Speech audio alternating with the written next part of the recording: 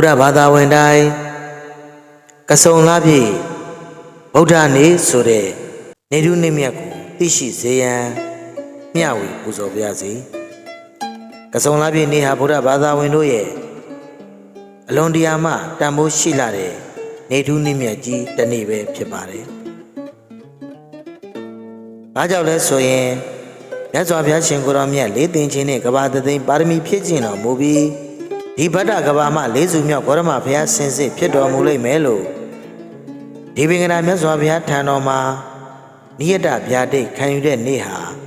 ဒီကနေ့ကစုံလာပြီနေ့ပဲဖြစ်ပါတယ်။ဒါကြောင့်ခြေသူတော်စင်များကလေးသိင်ချေကိန်းသသိန်းခါကြုံဒီပင်ချေရင်ဝဆင်ကိုလုံးဗျာဒိတ်တော်မြတ်မိမခါကြုံစုပန်နေလာပြေနွေကစုံထိုကဲ့သို့လေးသိင်ချင်းနဲ့ကဘာတသိန်းပါရမီဖြည့်ကျင်ပြီးဒီပင်ကရာခြေတော်ရင်ဝတ်ဆင်းပြီးတော့ဗျာဒိတ်ပန်းဆင်မြန်းတော်မူခဲ့တဲ့နေ့ဟာဒီကနေ့ကစုံလာပြီနေ့ပဲဖြစ်ပါတယ်မဟာသက္ကရေ68ကျုံ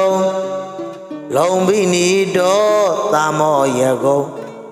မေတော်ဝန္တိုက်နှုတ်ပိုက်ကြာငုံဖွားမြင်နေလာပြေနွေကစုံဂေါရမမြတ်စွာဘုရားလောင်းတော်တိတ္တဇမင်းသားလေးကိုဖွားမြင်တော်မူလာတဲ့နေ့ဟာလည်းပဲ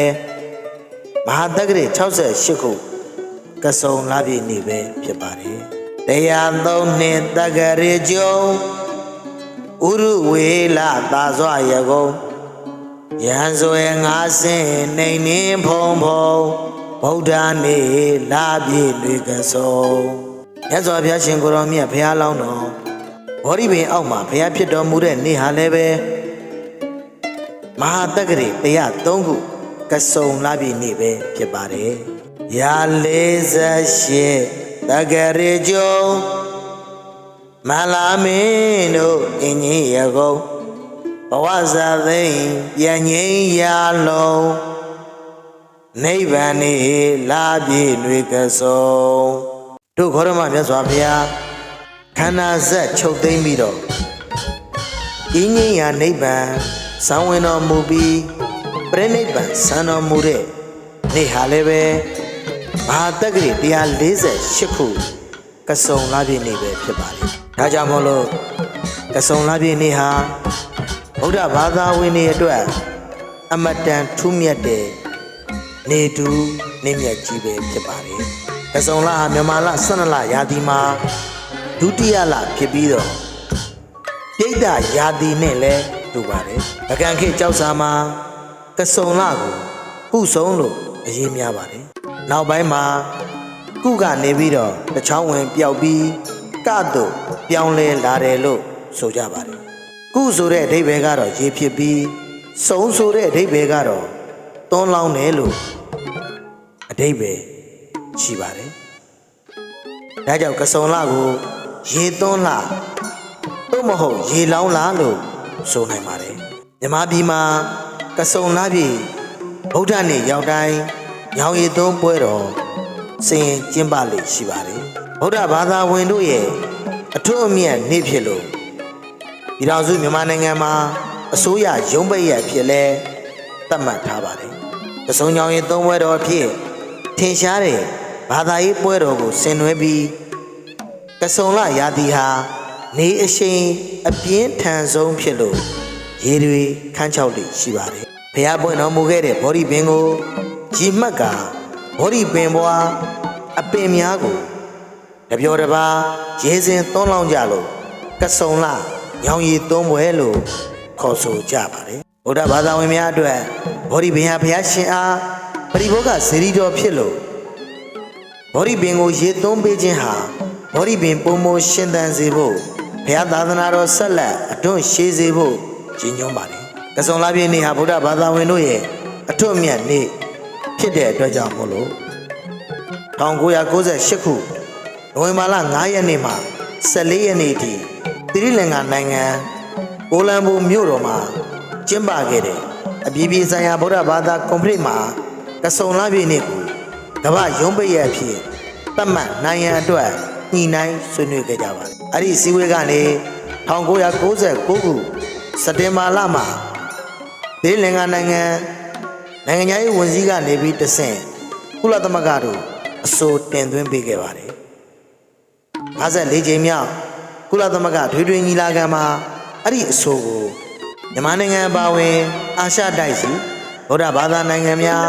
တောင်အာရှအဖွဲ့နိုင်ငံများရုရှားနိုင်ငံအမေရိကန်ပြည်ထောင်စုနဲ့အခြားနိုင်ငံများစုစုပေါင်း34နိုင်ငံကထောက်ခံခဲ့ကြပါတယ်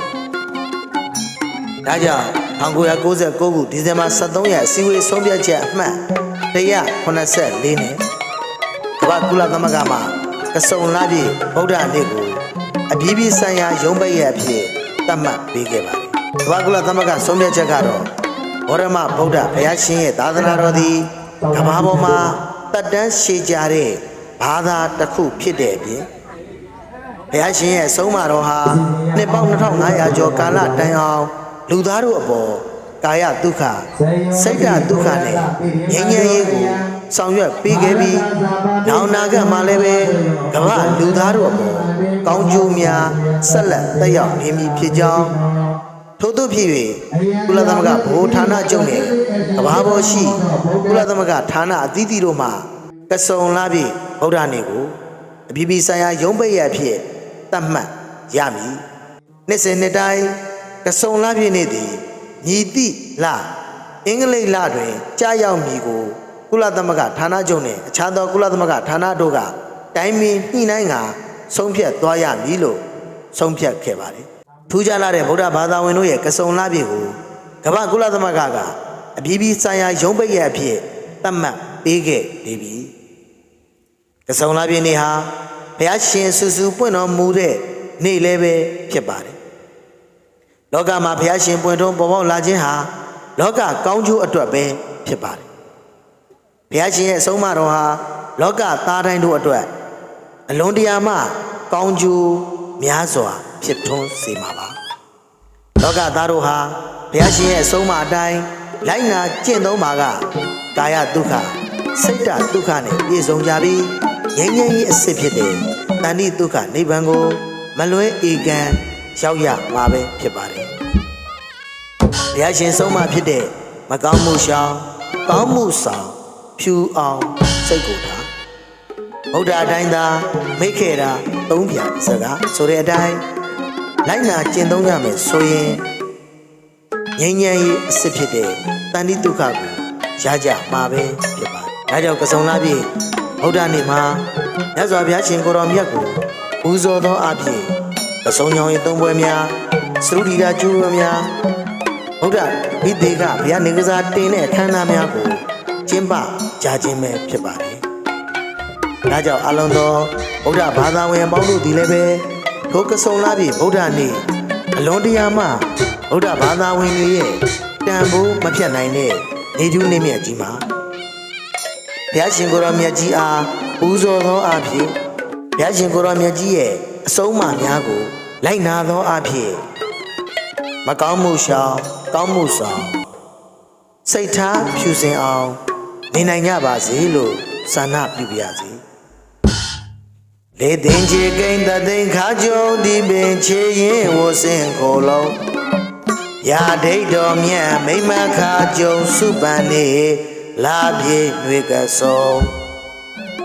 မဟာတက္ကရေ68ကျုံလုံမိနီတော်တာမောရကုံဘေတော်ဝန္တိုက်နှုတ်ပိုက်ကြာငုံဖွားမြင်နေလာပြေຫນွေကဆုံတရားသုံးနဲ့တက္ကရေကျုံဥရုဝေလာသာစွာရကုံပြန်စွင်ငါစဉ်နှိမ်နေဘုံဘုံဗုဒ္ဓနေလာပြေຫນွေကဆုံရာ48တက္ကရေကျုံမလာမင်းတို့ငင်းငင်းရကုန်ဘဝဇတ်သိမ့်ပြန်ငင်းရလုံးနိဗ္ဗာန်နေလာပြေຫນွေကဆုံ